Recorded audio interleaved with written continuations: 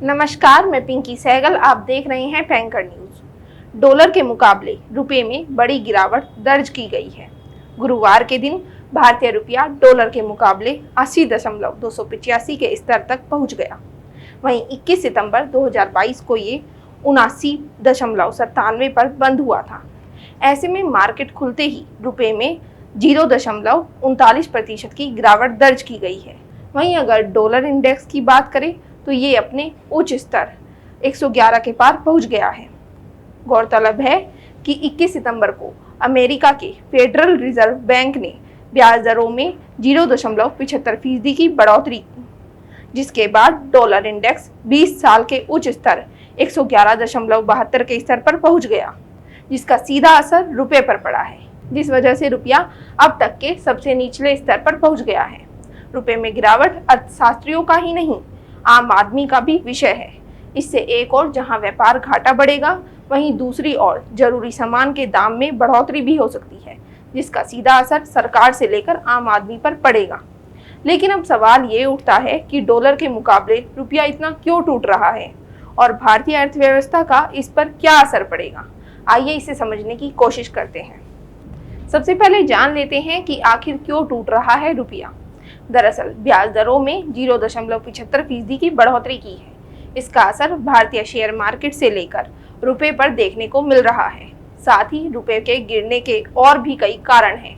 आपको बता दें कि दुनिया के अलग अलग देशों की अपनी अपनी करेंसी है, जैसे ब्रिटेन की पाउंड, मलेशिया की रिंगिट, उसी तरह भारत की करेंसी है रुपया। अब क्योंकि दुनिया का बड़ा हिस्सा अपना व्यापार अमेरिकी मुद्रा डॉलर में करता है, इसलिए मुद्रा बाजार में डॉलर की मांग हमेशा बनी रहती है। रुपए की गिरावट का कारण डॉलर सूचकांक का लगातार बढ़ना भी बताया जा रहा है।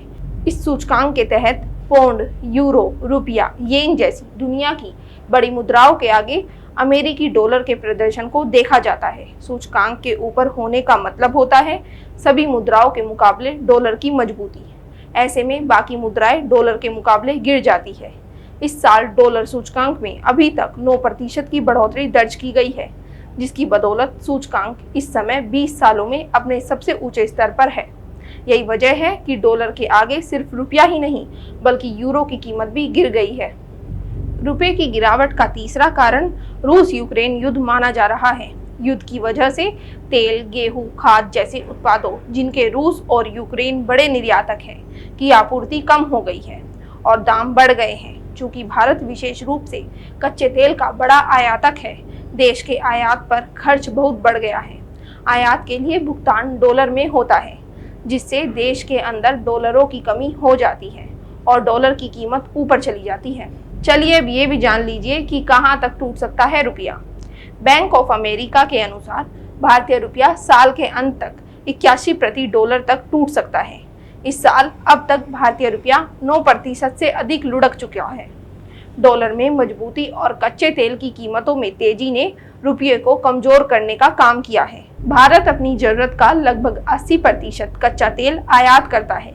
इससे रुपये पर दबाव बढ़ा है। रुपये के गिरने की वजहें बहुत है, लेकिन इसका आपकी जेब पर क्या असर हो सकता है, ये आपको बताते हैं। क्योंकि रुपए के गिरने से ज्यादातर लोगों को लगता है कि ये अर्थशास्त्रियों की समस्या है, सरकार की समस्या है, इसमें हमारा क्या रोल है।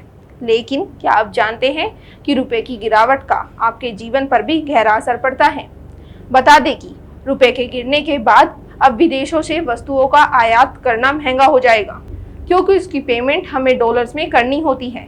तो जो भी सामान हम विदेशों से खरीद रहे हैं, उस सारे सामान की पेमेंट हम ज़्यादातर डॉलर में करते हैं और वो सब महंगा हो जाएगा।